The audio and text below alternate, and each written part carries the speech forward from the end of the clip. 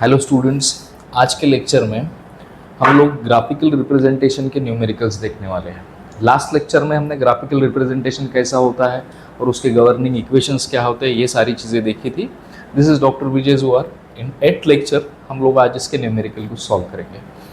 तो first numerical है the position and acceleration of the particle moving with a constant acceleration can be represented by. अभी आप लोगों को ये 4 सेट्स दिए हैं जिसमें पोजीशन, वेलोसिटी और एक्सेलरेशन ऐसे 3 डिफरेंट ग्राफ्स दिए हुए हैं। तो ये 3 डिफरेंट ग्राफ में से हमको क्या कहा गया है, सबसे पहले ये देखो constant acceleration. Constant acceleration means what? Acceleration is not going to change. Constant acceleration so a is equal to constant.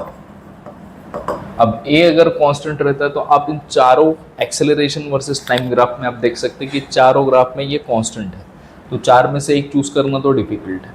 अब दूसरा क्या दिया है?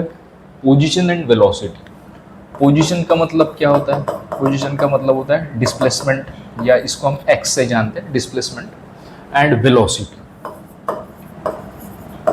तो इसके गवर्निंग इक्वेशन हम लोगों को पहले याद करने पड़ेंगे, मेमोराइज करने पड़ेंगे। तो अब देखिए, सबसे पहले एक्सेलरेशन कांस्टेंट है, इसका मतलब ये तो है कि ये ऐसा ही रहने वाला है, स्ट्रेट ग्राफ आने वाला है। Acceleration will not going to change with respect to time, so ये हरदम ऐसे ही रहेगा, इसमें कोई चेंज नहीं होगा। अब रहेगी बात वेलोसिटी की। तो वेलोसिटी में क्या कहा है इसने कि कांस्टेंट एक्सेलरेशन है, तो वेलोसिटी कैसे आएगी? तो velocity is suppose to be like this, v is equal to a into T. ऐसा इक्वेशन है हमारा। तो ऐसा इक्वेशन रहेगा तो ये velocity is directly proportional to T, तो ये ग्राफ हमारा सही रहेगा इसके लिए। और पोजीशन है तो s is equal to half a T square. अब जो कि यहाँ पे टी स्क्वायर आया है, हमने प्रीवियस लेक्चर में सारी चीज़ें डिस्कस की थी कि टी स्क्वायर अगर आता है तो ग्राफ का नेचर कैसा हो जाता है? It becomes parabolic. पैराबोलिक का मतलब कैसा हो जाएगा? ये जो यहाँ पे दिया है पोजीशन का, इस तरीके से। सो अकॉर्डिंग टू दीज 3 हमारा option A will be the correct answer for this question. अब देखते हैं हम सेकेंड न्यूमेरिकल में कहा था particle starts from origin O from rest and moves with a uniform acceleration along positive x-axis. Identify all the figures that correctly represents motion qualitatively. A for acceleration, V for velocity, X for displacement and T for time. तो इसमें भी क्या कहा गया है? हमको सबसे पहले तो ये चीज़ देखनी पड़ेगी कि हमको गिवन डेटा क्या है। Starts from origin O, from rest. अब रेस्ट से अगर स्टार्ट कर रहा है कोई चीज़, moves with uniform acceleration. Uniform acceleration है मतलब एक्सेलरेशन का तो ग्राफ ऐसे ही होना चाहिए। तो this is one of the correct answer A, और ये हो गया टी। ये पहला ग्राफ हो गया, मतलब option A will be included. उसके बाद में क्या आएगा? Along positive x axis starting from rest. Starting from rest है तो वेलोसिटी क्या हो जाएगी? इनिशियल वेलोसिटी हो जाएगी इसकी 0। इनिशियल वेलोसिटी 0 मतलब ये इस तरीके से, ऐसे।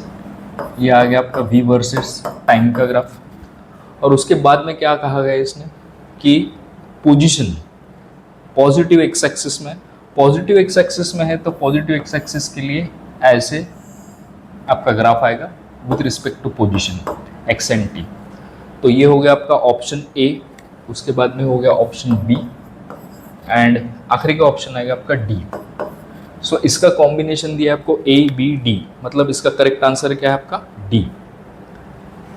यहाँ पे थोड़ी सी गड़बड़ हो जाती है बहुत सारे लोगों की कि ये कैसा लेने का। अब इसमें कैसा है कि आपको जैसा पता है कि x और s और x ऐसा हम लेते हैं equal to half a T square.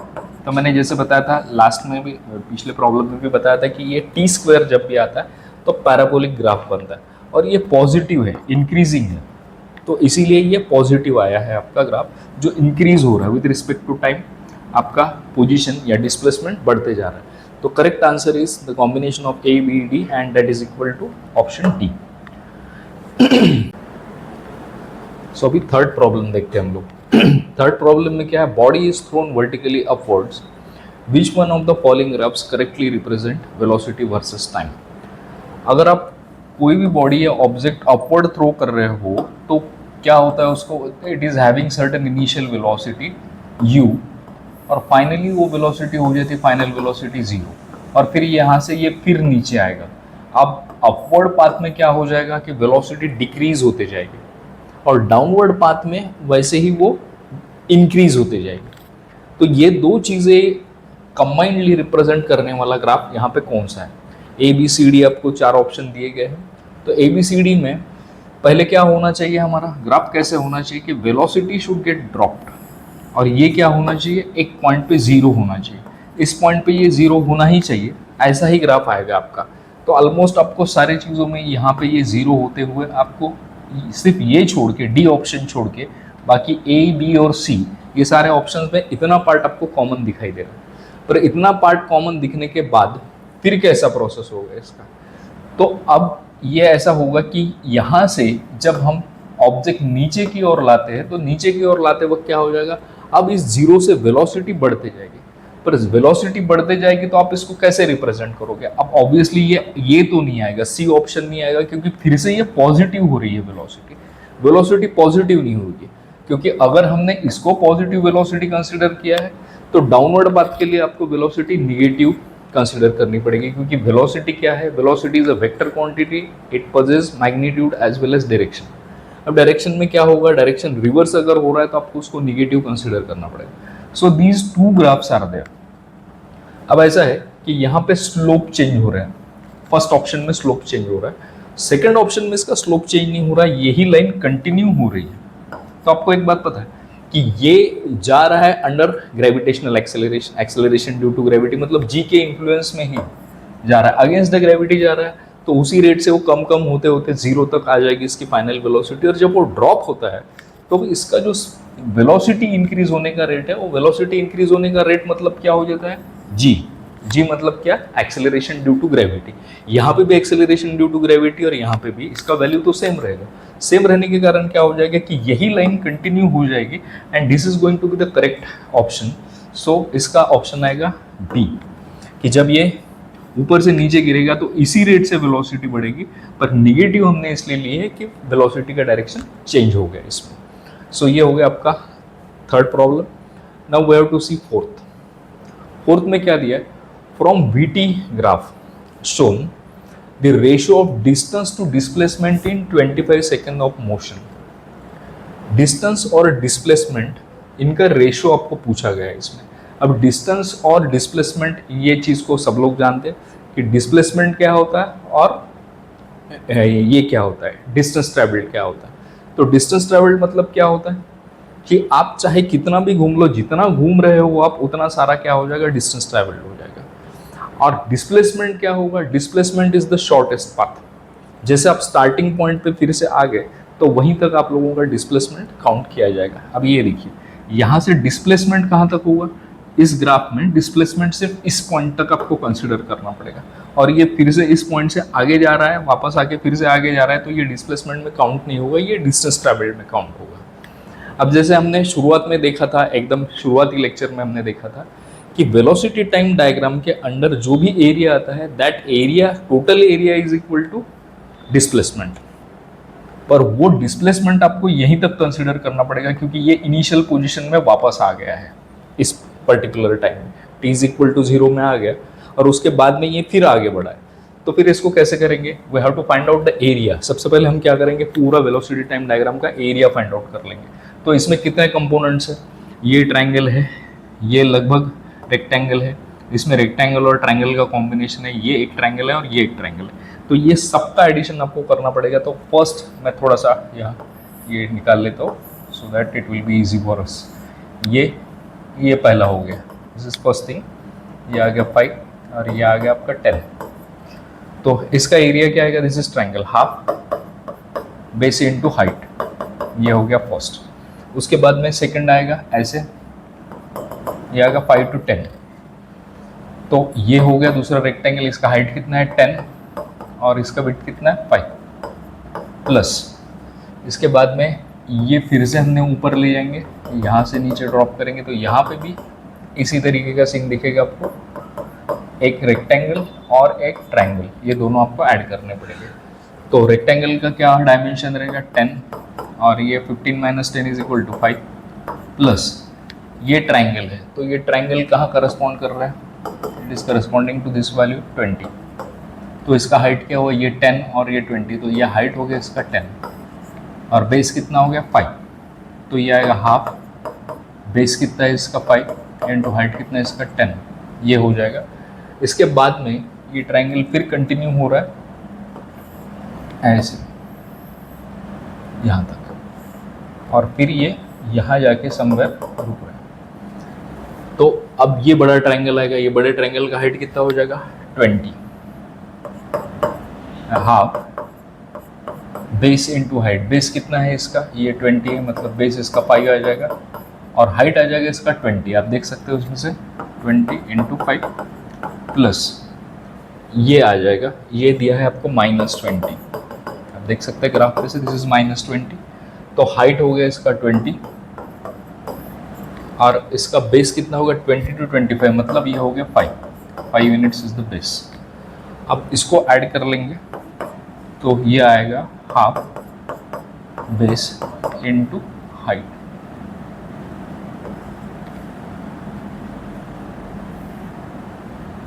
Base into height. तो सबका कैलकुलेशन करके हम लोग इसको ऐड कर देते हैं, this is 5 50, this is 5, this is 10, this is 10। अब सबको ऐड करेंगे तो क्या आएगा यहाँ पे, ये आएगा 25 plus this is 50, again 50 plus ये आ जाएगा 25, ये आ जाएगा आपका 50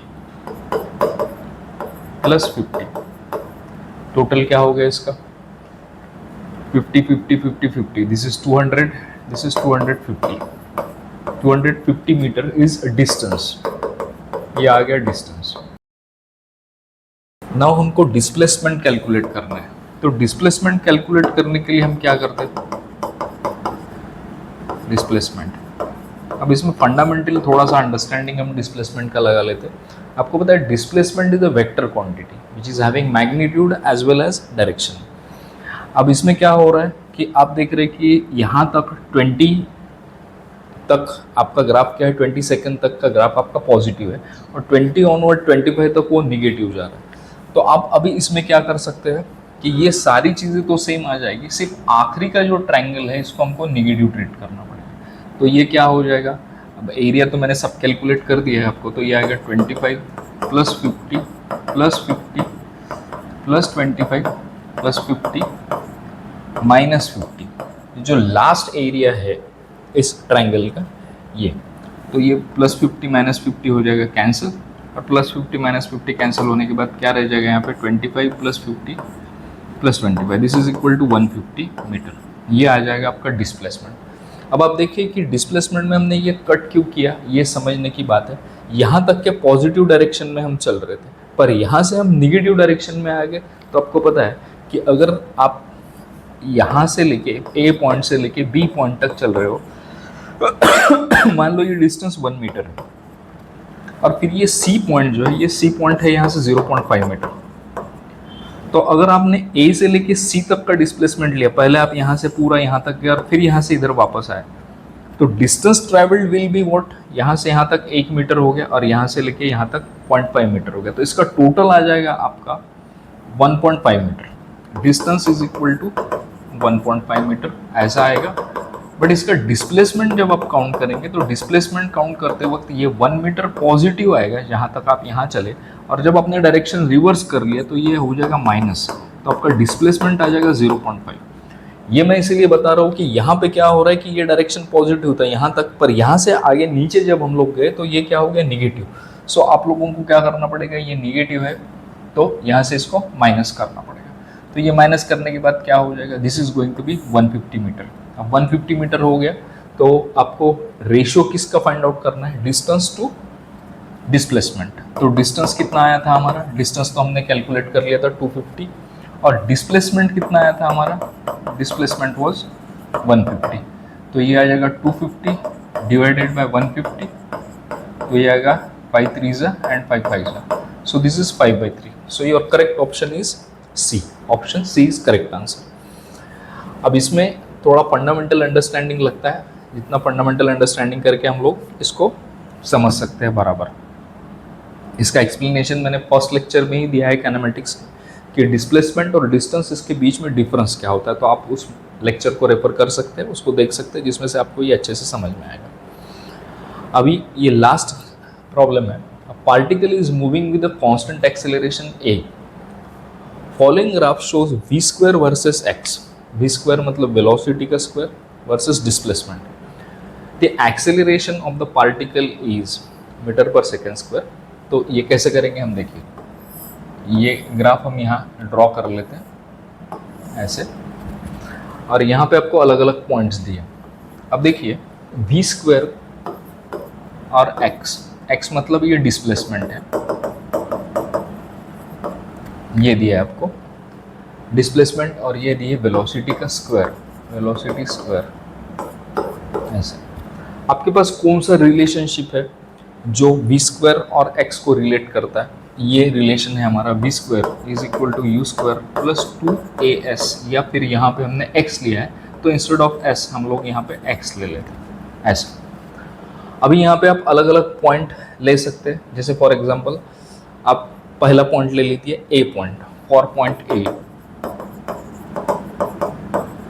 a, यहाँ पे आपका क्या हो जाएगा, v स्क्वायर का वैल्यू कितना हो जाएगा, v square is equal to 40, और यहाँ पे x का वैल्यू कितना है 10, x इज इक्वल टू 10, ये हम इस इक्वेशन में पुट कर देंगे, ये आएगा 40 is equal to u square plus 2a into x, मतलब ये आ जाएगा 10। This is your equation number 1। फिर सेम चीज़ आप दूसरे पॉइंट के लिए भी ले सकते हो, b पॉइंट के लिए ले सकते हो। तो b पॉइंट के लिए हम लेंगे for point b, for point b क्या आ जाएगा, b के लिए भी हम ये सेम इक्वेशन लिखेंगे। तो b पे हमारी वेलोसिटी कितनी है, v square is equal to how much, b पे है v square is equal to 60, और x का वैल्यू कितना है यहाँ पे 20, तो x is equal to 20। Equation में पुट करेंगे हम 60 इज इक्वल टू, यह आएगा u square plus 2a into x का वैल्यू हम 20 कंसिडर करेंगे। This is your point equation number 2। अब इन दोनों को अगर हम सब्ट्रैक्ट कर देते हैं तो सब्ट्रैक्ट कर देने के बाद हमारे पास क्या आएगा, सब्ट्रैक्शन इजी है, सिंपल एकदम ऑर्डिनरी सा सब्ट्रैक्शन। ये 60 is equal to u square plus 40a, और ये आएगा 40 is equal to u square plus 20a। Subtract कर देंगे हम इसको तो ये यू कैंसिल हो जाएगा, this is equal to 20 and this is equal to 20a, ये भी माइनस हो जाएगा। So 20 divided by 20 is equal to a is equal to 1 metre per second square, इतना इसका एक्सेलरेशन आएगा। तो एक फंडामेंटल अंडरस्टैंडिंग के साथ हम ये सारे न्यूमेरिकल बहुत अच्छे से सॉल्व कर सकते हैं। इसमें बहुत सारे एग्जांपल्स हैं, ऐसे एग्जांपल्स आते भी है एग्जाम में। इसके लिए हमारा अंडरस्टैंडिंग किस तरीके के इक्वेशन, किस तरीके का ग्राफ जनरेट करते हैं, और ग्राफ पे से हम कैसे इंटरप्रेट कर सकते हैं इक्वेशन को, और अलग अलग वैल्यूज़ कैसे फाइंड आउट कर सकते हैं, ये सारी चीज़ें हमने आज सीखी है। So thanks for watching, do subscribe, like and share the video. Thank you.